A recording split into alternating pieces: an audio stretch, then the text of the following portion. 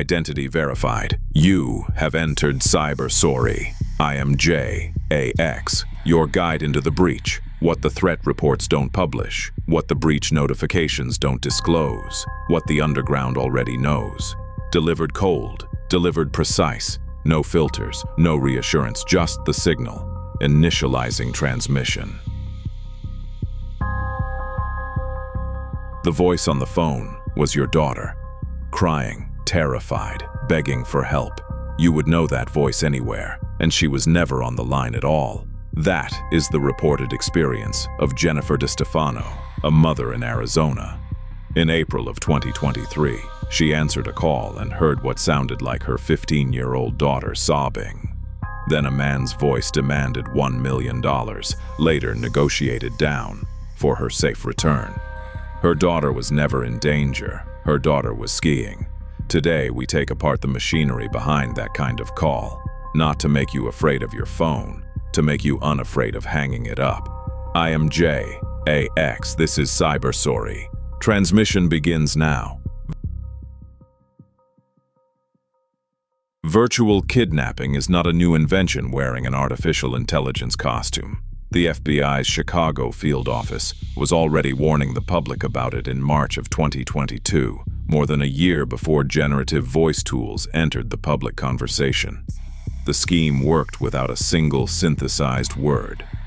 Criminals mined social media for a target's travel plans, family names, and daily habits, then called, claiming to hold that person hostage. The FBI's documented hallmarks from that alert still describe the shape of the con precisely. Calls may not originate from the victim's actual phone number. The caller refuses to let the target hang up or verify anything. The supposed captor cannot answer basic personal questions about the person they claim to hold. And the money is often requested as a string of smaller wire transfers rather than one lump sum, structured to move fast. What changed by 2023 was not the con, it was the prop. Where the old version used a recorded scream or a stranger's voice on the line, the new version could use something that sounded like your own child. The Arizona Attorney General's office issued a consumer warning in June of that year, describing scammers who appear to use artificial intelligence voice cloning to mimic a loved one's voice, frequently paired with caller ID spoofing so the incoming number looks correct too. That pairing is the entire trick. A cloned voice alone is unsettling. A cloned voice arriving from what looks like your daughter's actual phone number at a moment when panic overrides analysis is a weapon built specifically for the one function parents cannot easily override: the instinct to trust a crying child. Checkpoint. A question before we continue. Which behavior is a documented warning sign of a virtual kidnapping call? Option A. The call originates from the victim's own verified phone number. Option B. The caller refuses to let the target hang up and cannot answer basic personal questions. Option C. The caller asks for one single large payment sent all at once. Lock in your answer and drop it in the comments.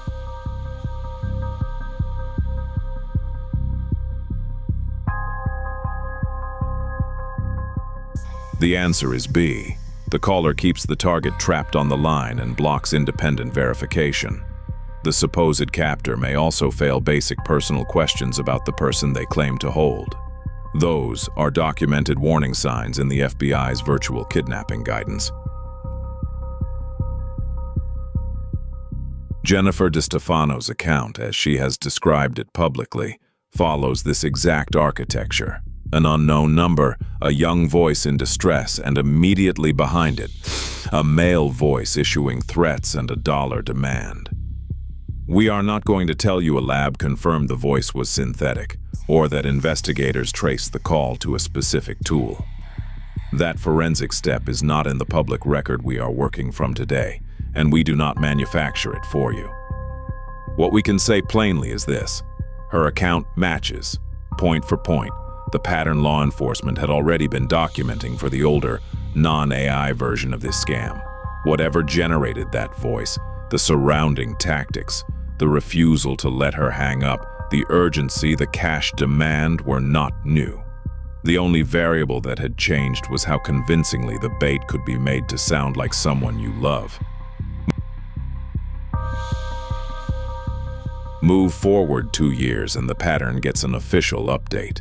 In May of 2025, the FBI issued a public alert describing malicious actors using AI-generated voice messages to impersonate trusted contacts, a family member, a coworker, a friend.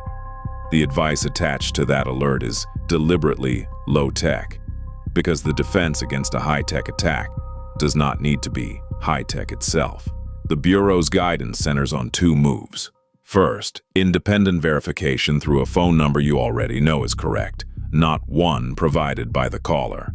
Second, a family secret word or phrase agreed upon in advance that an attacker cannot look up on social media or guess from a public post. Neither move requires software. Both moves break the scam completely, because the entire con depends on you staying on the line long enough to panic. By December of 2025, the FBI's warnings had expanded again, this time to the visual channel. A new alert described criminals using altered public photos or videos as fake proof of life. Manipulated images meant to make a fabricated crisis look documented. The guidance shifted accordingly. Look for physical inconsistencies in the media itself. Save whatever was sent rather than deleting it in a panic. Contact the person independently and report the incident to the FBI's Internet Crime Complaint Center. That instruction to save the evidence matters more than it sounds. A scam call can leave little behind once you hang up and move on. A saved image or video can give investigators and a family an artifact to examine after the adrenaline fades. Numbers give this shape a scale. The FBI's Internet Crime Complaint Center's 2025 annual report logged more than 22,000 complaints that referenced artificial intelligence in some form, with adjusted losses exceeding $893 million across all AI-related fraud categories combined. Distress scams specifically, the voice cloning, crying relative variety we have spent this episode inside, accounted for more than $5 million in reported losses on their own. $5 million is a small slice of that larger figure, and the report does not say how many of those distress scams used voice cloning. The figures establish reported harm, not the exact prevalence of one technique. What connects these cases is the attempt to manufacture one moment of panic before the target can verify the story. Every piece of official guidance we have covered, Arizona's Attorney General, the FBI in 2022, 2025, and December's alert, converges on the same short list of moves, because the scam itself has a single structural weakness. It requires speed and an unbroken phone connection. Break either one and the con collapses. The list is short enough to memorize. Pause before reacting. Hang up and call the loved one back on a number you already had saved. Never one texted or read to you during the call. Ask a private question only the real person could answer, or use a family code phrase set up in advance, specifically for this. Never send money under pressure from a single phone call, and if it happens, preserve everything, screenshots, recordings, call logs, then report it to law enforcement and to the Internet Crime Complaint Center. Consider why the code phrase works when a familiar voice is no longer enough. A cloned voice can imitate how someone sounds. It cannot supply a secret it never learned.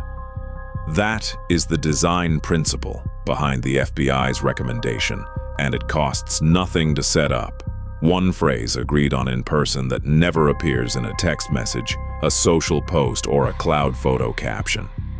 Compare that to the alternative most families default to under stress, which is trying to verify identity through the conversation itself, asking, "Is this really you?" Listening for something off in the voice.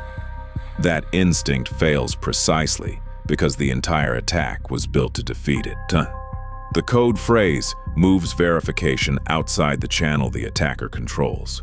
That is why it survives contact with a synthetic voice and a spoofed number when your own ear does not. There is a second layer worth naming, one the December 2025 alert points at directly. As proof-of-life fakes extend from audio into altered photos and video, the same discipline has to extend with it. A blurry image of a supposedly injured relative sent to force a fast decision deserves the same treatment as a crying voice on the phone. Pause, do not forward money against it, and look for the inconsistencies the FBI specifically flagged. Physical details that do not track, lighting or context that does not match the story being told. Saving that media instead of panicking over it is not a passive act. It preserves an artifact investigators can examine after the phone call. A deleted screenshot cannot be reviewed. A preserved one can be included in a report to the Internet Crime Complaint Center. Checkpoint. One more question.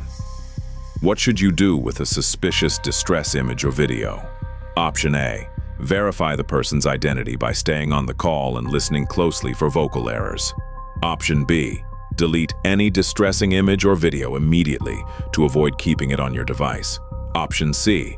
Save the media, contact the loved one independently, and report the incident to the Internet Crime Complaint Center. Lock in your answer and drop it in the comments.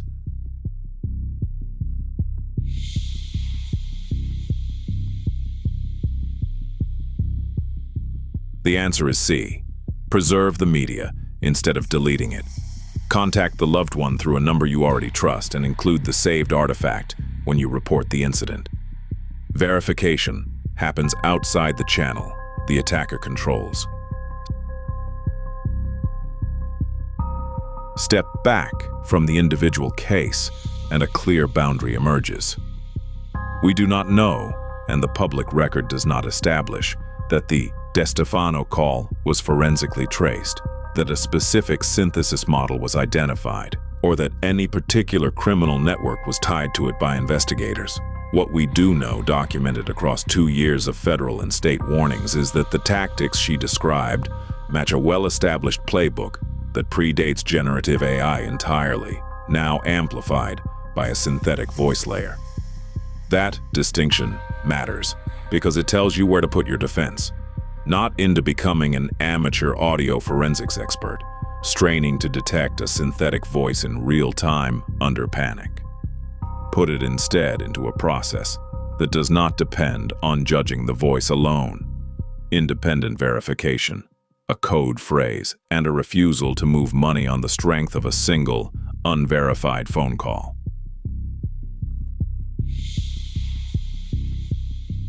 The uncomfortable truth in this case file is that the technology is almost irrelevant to the defense. Whether a scammer used a recording, an impersonator, or a synthesized clone, the countermeasure documented by the Arizona Attorney General and the FBI has not changed. Verify through a channel the attacker does not control. That is also why this threat scales so easily against families who have not had the conversation in advance. The fix costs nothing and takes 5 minutes at a kitchen table. The families still getting caught are not the ones lacking technology. They are the ones who never had the 5-minute conversation before the phone rang. Documented across FBI virtual kidnapping guidance, the 2025 Internet Crime Complaint Center Annual Report, 2 FBI AI impersonation alerts, and the Arizona Attorney General's consumer warning, the pattern holds steady.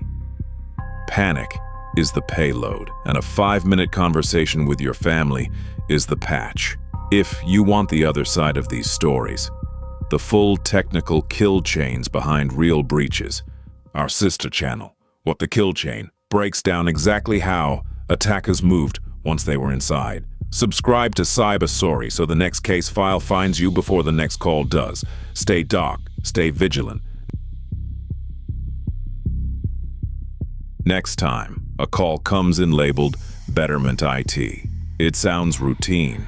It is not. An employee is talked into surrendering credentials and a one-time code, both of them willingly. Only one security control stands between that moment and a compromised customer account. We find out which one and why it held. Transmission complete. The breach is documented. The vector is confirmed. Subscribe to maintain access. Like to amplify the signal. Stay dark. Stay vigilant.